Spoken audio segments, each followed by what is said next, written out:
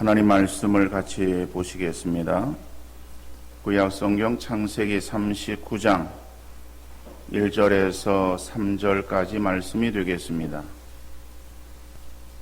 창세기 39장 1절에서 3절 말씀을 제가 읽어드리겠습니다. 요셉이 이끌려 애굽에 내려가매 바로의 신하 친위대장 애굽 사람 보디발이 그를 그리로 데려간 이스마엘 사람의 손에서 요셉을 사니라. 여호와께서 요셉과 함께 하심으로 그가 형통한 자가 되어 그의 주인 애굽 사람의 집에 있으니 그의 주인이 여호와께서 그와 함께 하심을 보며 또 여호와께서 그의 범사에 형통하게 하심을 보았더라. 아멘. 새로운 2017년 맞이하면서 오늘 첫 시간 하나님 앞에 예배드리는 모든 성도들에게 하나님의 은혜와 평강이 함께 하시기를 소원합니다.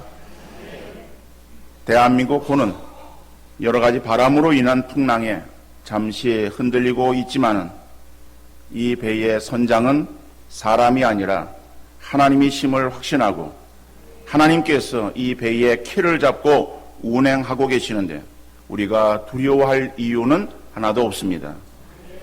그러므로 흔들고 있는 상황을 바라보면서 염려하며 불안에 치우쳐 있는 것이 아니라 역사를 주관하시고 계시는 하나님의 손길을 바라보면서 이 나라 이 민족과 우리 자신을 위해서 기도할 수 있는 우리 모든 성도님들 되어질 수 있기를 간절히 바랍니다.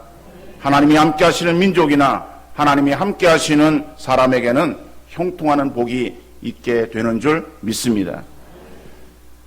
옛날 한 나무꾼이 산에 나무를 하러 갔어요. 마침 그 산 속에 왕자가 사냥을 나왔다가 호랑이를 만났습니다. 그래서 위험한 지경에 놓여 있는 것을 본 나무꾼이 나무를 하던 그 도끼를 가지고 이제 호랑이를 물리치고 왕자를 살렸어요. 이 소식을 들은 왕이 나무꾼을 왕궁으로 초청을 했습니다. 이 나무꾼이 왕 앞에 섰을 때에 왕은 당연히 왕자를 살려준 그 은혜가 너무 큰데 내가 무엇으로 보답을 하면 좋겠는가라고 이렇게 물어보았어요. 그때 이 나무꾼은 왕이시여, 저는 아무것도 바라는 것이 없습니다. 단지 왕께서 한 번만 저희 집에 방문해 주시면은 좋겠습니다. 라고 그렇게 요청을 드렸어요. 자, 그리고 이제 돌아오니까는 동네 사람들이 궁금해 하잖아요. 그래서 물어보았어요. 왕이 뭐라 그러더냐?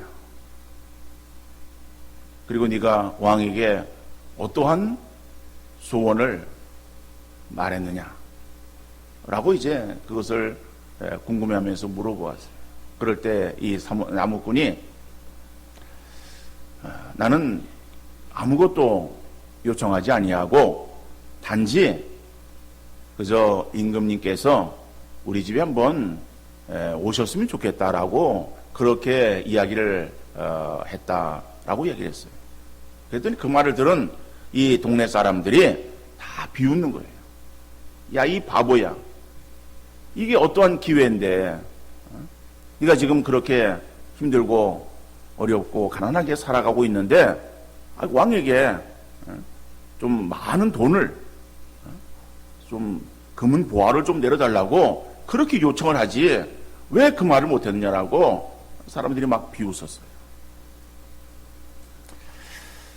이제 얼마 시간이 지나서 그 왕궁에서 이제 신하들이 임금님의 행차를 위해서 사전 답사를 나왔어요.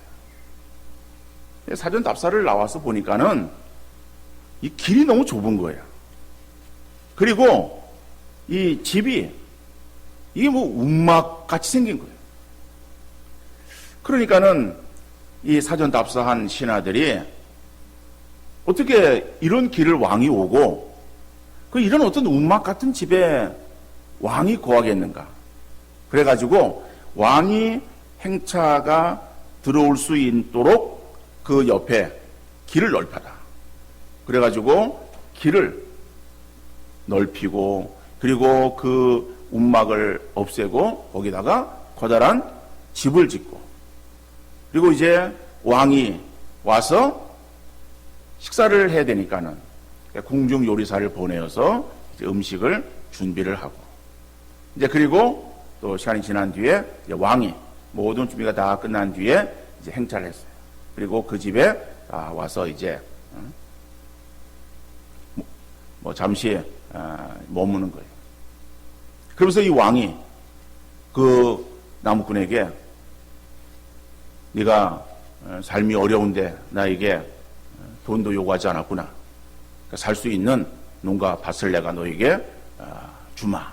그리고 농가 밭을 또 상으로 주고 그리고 그렇게 행한 이 나무꾼의 지혜를 또 높이 사가지고 왕궁으로 들어와서 또 자리를 내주서 일할 수 있도록 그런 자리를 마련해 주었어요.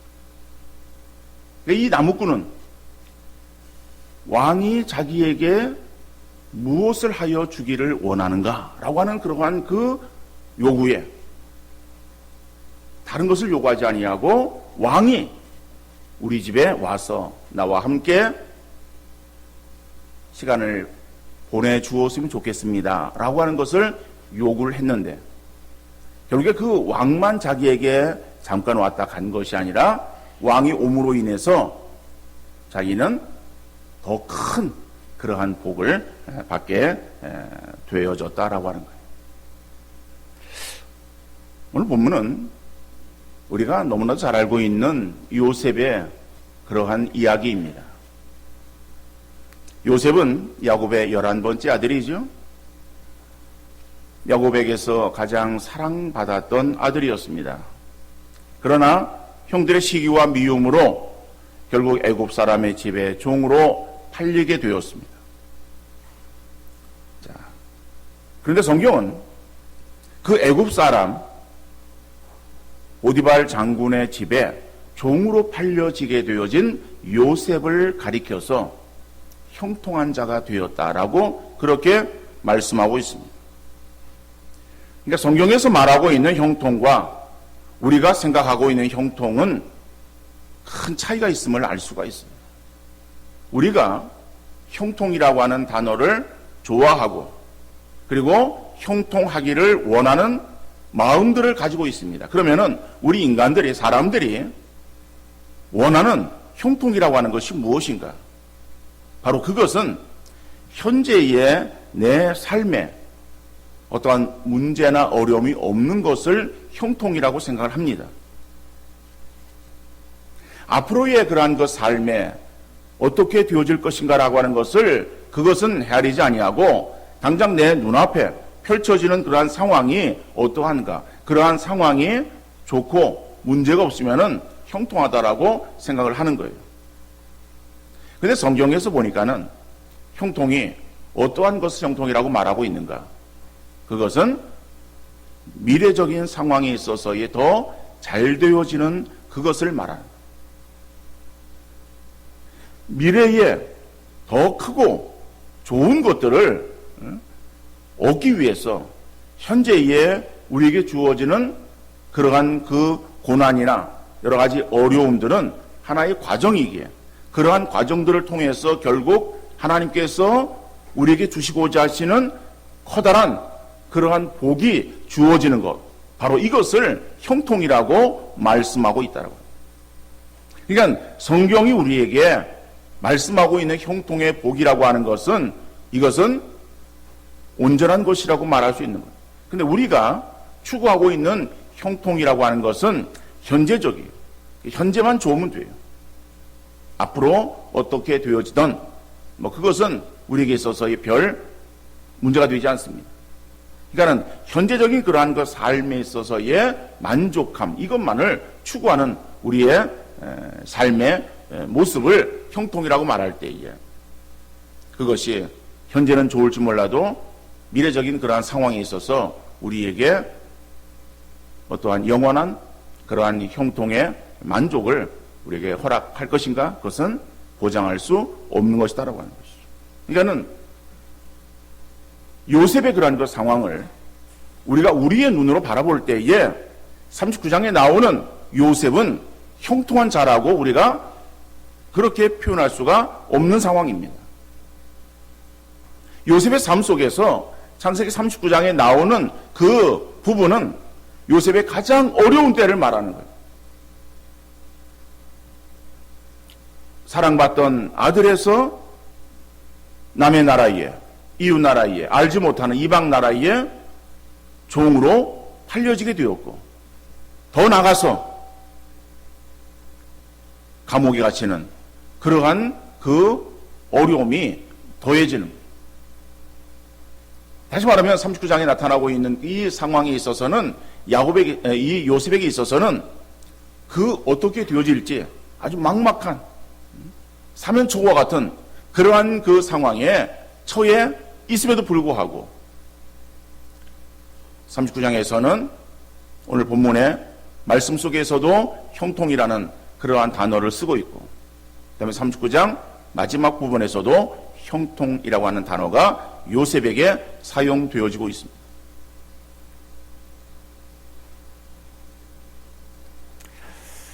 자, 그렇다면은 오늘 우리가 추구하는 것이 어떠한 삶을 추구해야 될 것인가? 라고 하는 거예요. 자, 요셉이 형통한 자가 되었다라고 하는 것을 성경이 말씀하고 있는데, 그 형통한 자가 되었다라고만 그렇게 말씀하고 있는 것이 아니라 그 앞에 보면은 요셉이 하나님과 함께 하심으로, 하나님이 요셉과 함께 하심으로 요셉이 형통한 자가 되었다라고 말씀하고 있어요.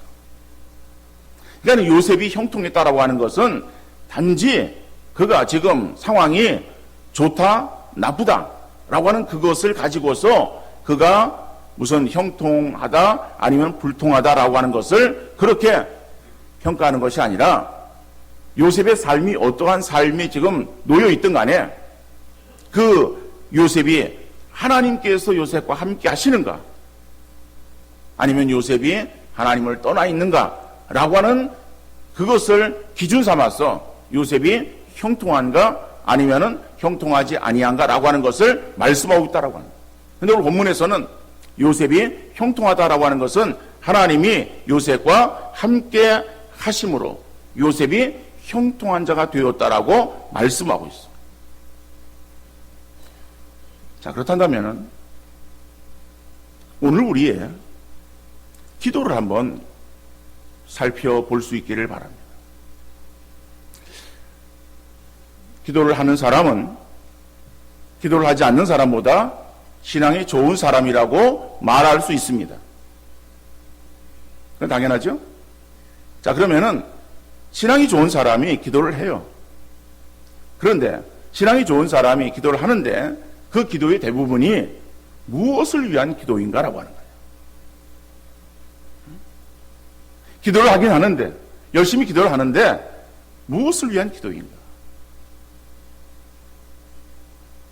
자, 그것은 내 삶이 하나님과 전혀 관계없이 단지 나의 요구를 하나님께서 들어주시기를 원하는 마음을 가지고 간절하게 기도하는 것.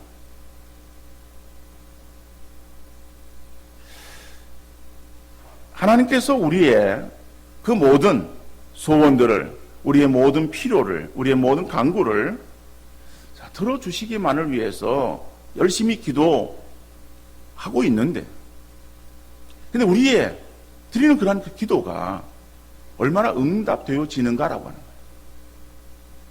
거예요. 왜 하나님께서 우리의 기도에 응답하지 아니하시겠는가? 여러분, 하나님의 그러한 그 놀라우신 뜻을 우리가 다 헤아릴 수는 없습니다만은, 그러나 중요한 것은 우리의 드리는 기도가 하나님의 뜻에, 하나님의 마음에 합한 기도가 아니기 때문에 그런 것이 아닌가 우리가 한번 생각해 봐야 되지 않겠습니까? 요셉은 물론 기도했다라고 하는 그러한 말이 성경에 나오질 않아요. 그러나 요셉이 정말 구했던 그러한 그 기도의 제목은 다른 것이 아니라 자기가 하나님을 떠나지 아니하고 그리고 하나님과 함께하는 삶으로 인해서 하나님께서 자기와 함께 하시기를 늘 원하는 그러한 기도를 했고 그러한 삶을 살았던 사람이라고 말할 수 있어요. 그래서 성경은 하나님께서 요셉과 함께 하심으로 그렇게 증거하고 있고 그러므로 인해서 요셉이 형통한 자가 되었다라고 말씀하고 있습니다. 그러니까는 오늘 우리에게 있어서 좀 성숙한 그러한 신앙인의 기도는 어떠한 기도인가? 이것은 하나님께서 내 필요와 요구를 채워 주시기만을 위해서 기도하는 것이 아니라 정말 하나님의 뜻을 이루어 드리는 그러한 나의 신앙의 모습이 되어지길 위해서 기도할 수 있는 그런 우리 성도들 되어질 수 있기를 간절히 바랍니다. 하나님의 뜻을 이루어 드리기 위해서 힘쓸 때에 하나님께서 우리와 함께 하시면은 하나님이 우리와 나와 함께 하시면은 하물며 일개 왕인 그 임금이 나무꾼과 함께 했을 때 그죠? 우리가 그것을 하나의 어떤 이야기이지만은 그러나 충분히 생각할 수 있는 내용 아닙니까? 왕이 행차할 때에 불편하면은 되겠어요?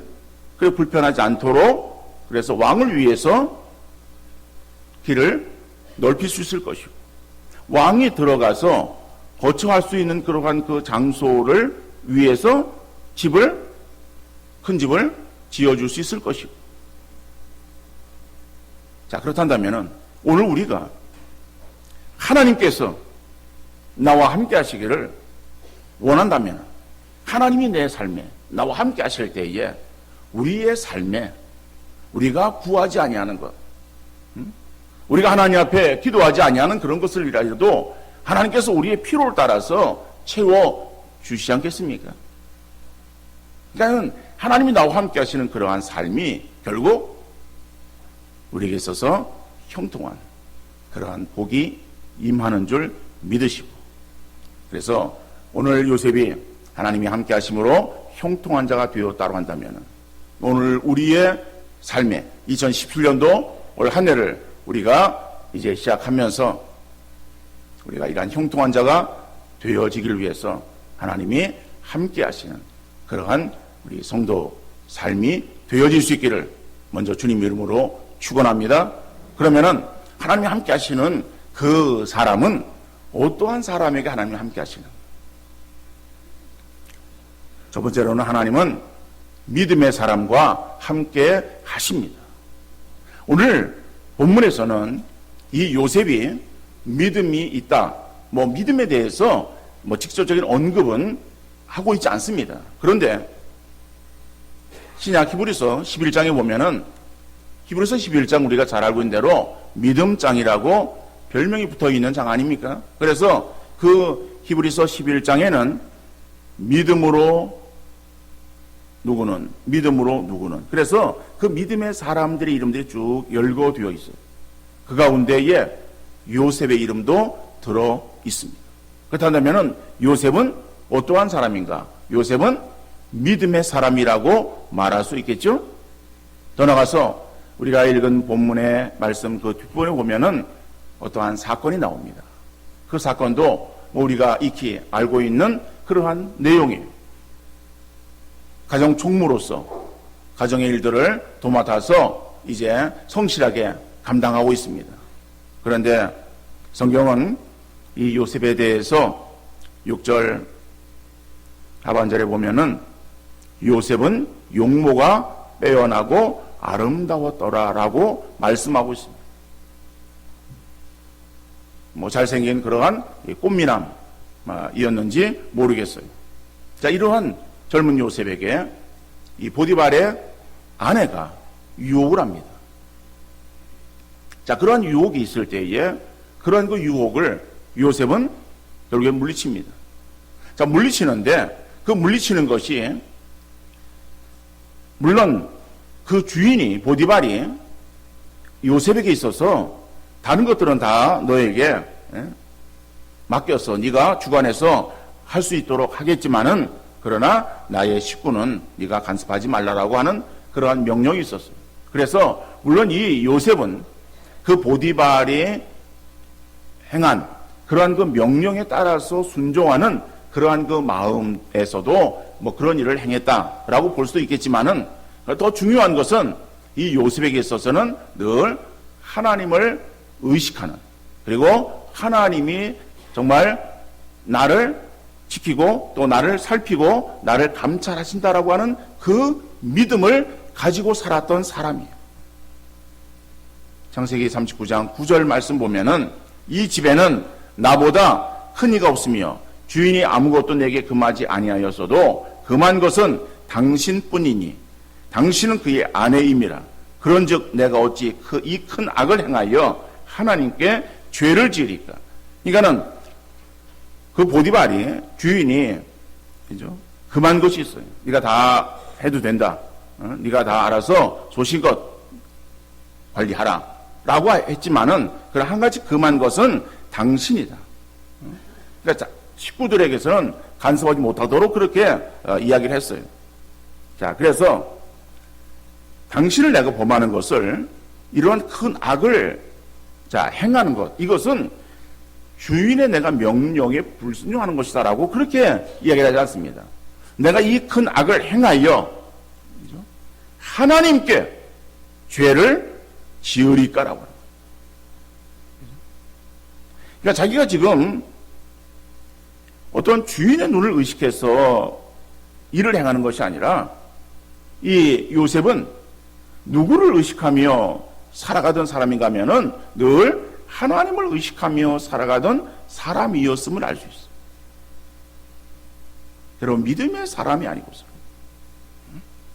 정말 진정한 믿음이 그의 심령 가운데 있지 아니하고서는 우리가 하나님을 의식하지 아니하고 적당하게 살아가지 않습니까?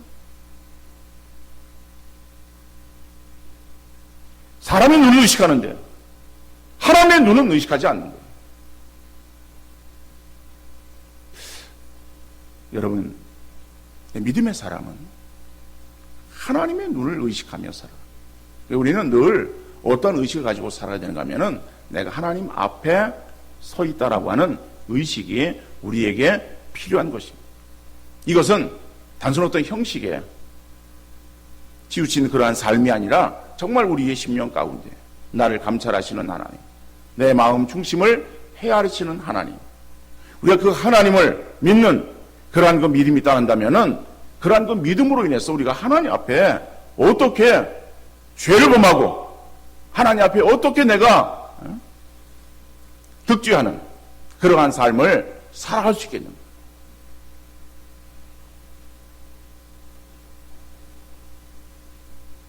그러니까는 이 요셉은 내가 하나님 앞에 서 있다라고 하는 그런 의식뿐만 아니라 하나님은 모든 역사의 주관자가 되신다라고 하는 것도 그가 믿고 있었어요.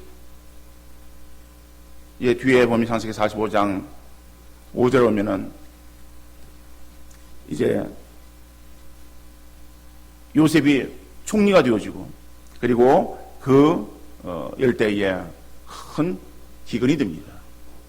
그러다 보니까는 형들이 이제 곡식을 구하러 애굽으로 오죠. 그래서 동생 이 요셉 앞에 서게 되어지는 거예요. 결국에는 형제가 서로 제외를 하게 되어집니다. 그 제외하는 그러한 그 이 상황에서 이 요셉은 내가 당신들이 판 당신의 동생 요셉이다라고 하는 것을 밝혀요. 밝히니까는 그 형들이 이제는 얼굴이 어떻게 되었겠어요? 뭐 성경에 나오지 않습니다만은 그 얼굴이 다 새파랗게 질렸을 거예요. 이제 우리가 죽었다라고 이렇게 생각을 했을 거예요. 그때 이게 요셉이 하는 얘기가 창세기 45장 5절에 당신들이 나를 이곳에 팔았다고 해서 근심하지 마소서, 한탄하지 마소서. 하나님이 생명을 구원하시려고 나를 당신들보다 먼저 보내셨나이다. 당신들이 나를 팔아서 그래서 버린 것처럼 그렇게 생각이 되어졌겠지만은 내가 그래서 죽음에 처해진 것이 아니고 내가 지금 총리가 되어졌는데 이 큰 나라 애굽의 총리가 되어진 것, 이것은 생명을 살리기 위해서, 그래서 하나님께서 당신들보다 먼저 나를 이곳에 보내셨기 때문에 내가 여기에 지금 와 있는 것이다라고 하는 거예요. 그러니까 나를 판 것이 당신들이 나를 팔았지만은 그러나 그것을 주관하시는 이가 하나님이셨다라고 하는 것을 요셉은 믿었어요. 그래서 그 하나님의 인도하심을 확신했기에 인간의 감정으로 생각하면 얼마나 화가 나고 그리고 그 형들에게 자기가 당한 것을 그대로 해주고 싶은 그러한 그 마음이 없었겠습니까? 그런데 그런 그 마음을 다 누그러뜨리고 오히려 그 형들을 이해하고 용서할 수 있었던 것은 바로 거기에 역사하셨던 하나님을 믿는 믿음 때문에 바로 그러한 고백을 할 수 있었던 것입니다. 그러니까는 요셉은 정말 하나님을 잘 섬기는 믿음의 사람이었다. 그렇죠? 그러니까는 그가 무슨 어떠한 특별한 그런 경우에만 하나님을 잘 섬기는 것처럼 그렇게 보여졌고 평상시에는 그러지 않았다. 이중적인 그러한 그 어떠한 믿음의 구조를 나타내 보인 것이 아니라 일관성 있는 그런 믿음의 모습이에요. 어떠한 상황이든지 늘 하나님을 의식하고 하나님께서 온 역사를 주관하시는 그러한 주관자가 되신다라고 하는 것을 그가 생각하면서 그 하나님을 의식하고 하나님을 붙들고 하나님 앞에서의 믿음 생활을 감당했던 그 요셉에게 하나님께서 결국 함께 하셨어요. 요셉의 삶에 형통의 복을 주신 줄 믿습니다. 더 나아가서 이 요셉은 다른 사람에게도 인정받았어요. 그래서 다른 사람에게도 인정받는 그러한 사람과 함께 하시는 하나님이심을 우리가 볼 수 있습니다. 여러분, 우리 믿음은 자신만 의롭게 살고 하나님과 관계에 있어서만 인정받으면 된다고 생각하기 쉬운데, 진정한 믿음은 자신이나 하나님과의 관계뿐만 아니라 다른 사람의 관계 속에서도 인정받아야 온전한 믿음이 되어질 줄로 믿습니다. 오늘 보면 3절의 말씀에 그의 주인이 여호와께서 그와 함께 하심을 보며 또 여호와께서 그의 범사에 형통하게 하심을 보았더라 그랬어요. 바로 이 고백은 이방 사람이에요. 하나님을 알지 못하는 이방 사람, 그 이방 사람인 보디발이 요셉이 행하고 말하고 살아가는 그 모습을 볼 때에 야, 저 사람은 하나님이 함께 하시는 사람이구나. 그래서 하나님이 정말 그의 범사에 형통하게 하시는 그러한 사람이구나 라고 하는 것을 이 보디발이 결국 증거하고 있는 거예요. 우리의 삶이 어떠한 삶이 되어야 될 것이냐, 우리의 삶이 다른 사람이 나를 볼 때에 정말 저 사람은 믿음의 사람이구나, 정말 저 사람은 신실한 사람이야, 저 사람은 정말 믿음이 좋은 사람이구나 라고 하는 것이 내가 그렇게 나 자신에 대해서 그렇게 강변하는 그러한 소리에서 나오는 것이 아니라, 그렇지 아니면은 나와 좋은 관계에 있는 어떠한 우리의 순식구 거기에서만 나오는 것이 아니라 어떤 세상 사람들이 나를 바라볼 때, 세상 사람들이 우리를 바라볼 때에, 세상 사람들이 우리 교회를 바라볼 때에 정말 저 사람은, 저 교회는 정말 믿음 있는 그러한 교회, 신실한 교회, 정말 다른 그러한 사람들이고 다른 교회구나 라고 이렇게 인정받을 수 있는 역사가 우리에게 있어지기를 간절히 소원합니다. 그럴 때에 하나님께서도 그 사람의 믿음을 인정하시는 거예요. 우리가 다른 사람에게 인정받지 못하는데 하나님께서 우리를 인정하시겠는가? 우리가 다른 사람을 향해서 어떤 외식적인 그러한 신앙생활을 행하라고 하는 것은 아닙니다. 근데 우리 신앙의 모습은 늘 일관성이 있어야 되는데 그 일관성 있는 모습이 믿지 않는 사람에게도 인정되어지는 그러한 그 삶으로 나타나야 된다고 하는 거예요. 우리가 믿는다고 하면서 너무 우리의 어떠한 욕심을 다른 사람을 전혀 배려하지 않는 그런 어떠한 자기 어떠한 위주로의 그러한 그 삶을 살아갈 때에 다른 사람이 우리를 바라보면서 정말 저 사람이 믿음 있는 사람이고 정말 저 사람이 신앙생활 오래 한 사람이고 그렇게 인정해 주겠습니까? 우리 그리스도인들이 세상 사람들에게 있어서 비춰지는 그러한 그 모습은 오히려 깍쟁이로 그렇게 보여지는 거예요. 속이 좁은 사람으로 그렇게 보여지기도 하는 거예요. 그럼 그런 것들은 하나님의 영광을 드러내는 것이 아니라 하나님의 영광을 가리울 수 있다라고 합니다.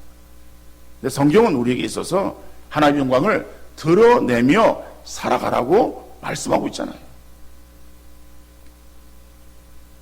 마태복음 5장 16절에 보니까 이와 같이 너희 빛이 사람 앞에 비치게 하여 그들로 너희 착한 행실을 보고 하늘에 계신 너희 아버지께 영광을 돌리게 하라. 너희 착한 행실을 보고, 착한 행실이라고 하는 것은 뭐 여러 가지 그런 부분들을 우리가 생각해 볼 수 있어요. 어떻게 우리 믿음의 그러한 그 모습이, 믿음의 사람의 빛된 그러한 삶의 행실들이 이런 것들을 통해서 하늘에 계신 너희 아버지께 영광을 돌리게 하라. 그 영광을 돌린다는 것이 뭐예요? 야, 저 사람 정말 하나님 믿는 사람이야. 이게 하나님의 영광을 돌리는 거 아니에요? 우리가 세상에서도 우리가 정말 사람다운 그러한 삶을 살지 못할 때에 지금은 그런 얘기들을 잘 안 합니다만 옛날 사람들은 그런 얘기 했잖아요.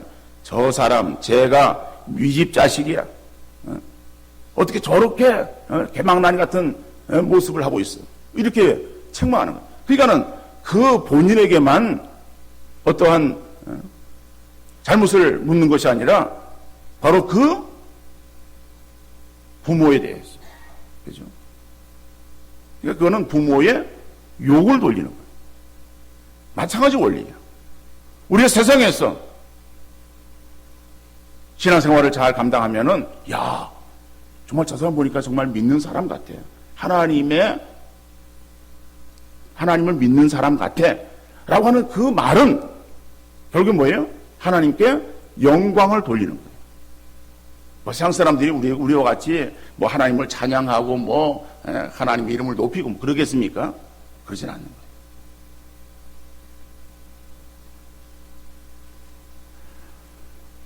하나님은 요셉처럼 성실한 믿음의 사람과 함께 하시는 줄 믿으시기를 바랍니다. 주위 사람들에게 사랑을 받는 사람과 함께 하시는 줄 믿으시기를 바랍니다. 말만 하는 것이 아닌 삶으로 본이 되어지는 사람과 함께 하시는 하나님이에요. 환경을 탓하지 아니하고 주어진 일에 최선을 다하는 사람과 함께 하시며 복을 주시는 하나님이시다 라고 하는 것을 우리가 기억하시고, 그래서 하나님은 하나님의 택한 우리에게 좋은 것을 주시기를 원하시는 거예요. 어떤 사람에게 좋은 걸 주시느냐? 우리 하나님이 함께 하시는 사람에게 하나님은 좋은 것을 늘 베풀어 주시기를 원하시는 하나님이시다. 우리가 하나님과 함께하는 사람, 하나님이 우리와 함께 하시는 사람, 그 되어지기를 위해서 우리가 더 믿음으로 힘쓰고 전진하는 그러한 신앙의 아름다운 역사가 있어질 수 있기를 바랍니다. 하나님은 믿음의 사람과 함께 하시고 정말 다른 사람에게 인정받는 그러한 사람과 함께 하시는 제 하나님. 그래서 우리 진정한 그런 믿음을 가지고 하나님이 올 한 해 우리와 함께 하심으로 우리의 삶에 더 풍성한 은혜와 복을 허락하시는 그러한 하나님의 역사를 우리가 체험하면서, 그래서 형통한 그러한 복의 주인공들 다 되어질 수 있기를 주님 이름으로 축원합니다.